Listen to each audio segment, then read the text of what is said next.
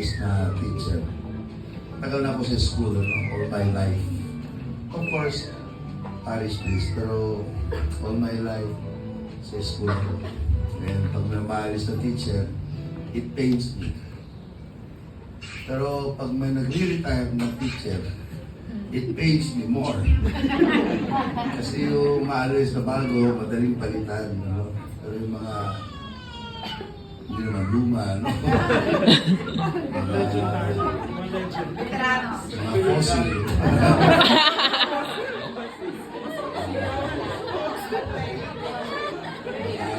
Legend. Mga pillars yung mga yan And you can never have any substitute for them, And as you celebrate your birthday, we are losing another pillar. It pains, pero it will not be a cause of sorrow for us. Rather, it's a cause of joy, Kasi we will forever treasure the contributions you gave, to many children, many students, and we shall forever treasure the personal encounters we have with you. Of course, you're one of the funniest people at St. John. Your sense of humor is rather very contaminating.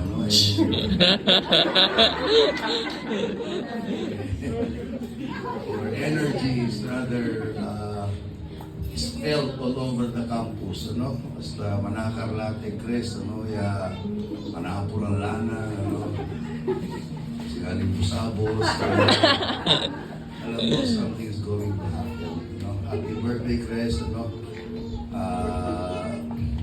not forget that St. John is always open sa iyo, Bukas yan palagi, And do not forget that St. John will always, especially me, will always be praying for you.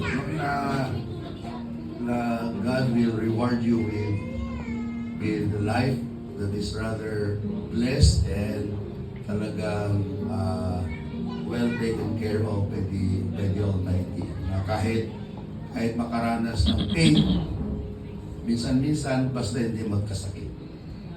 Okay? Happy birthday, Chris, and for all the things that you did to St. John, I say I love you. Magkakagusto. We love you, and I ask everybody to please stand as I propose this toast, Please. Ay, wala silang. Kaya alam nyo Venus kayo sa alam na.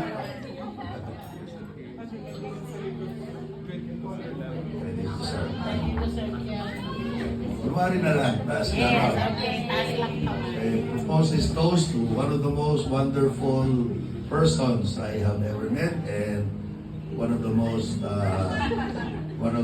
important persons that St. John has ever produced, And toast to this beautiful woman inside and out. Happy birthday!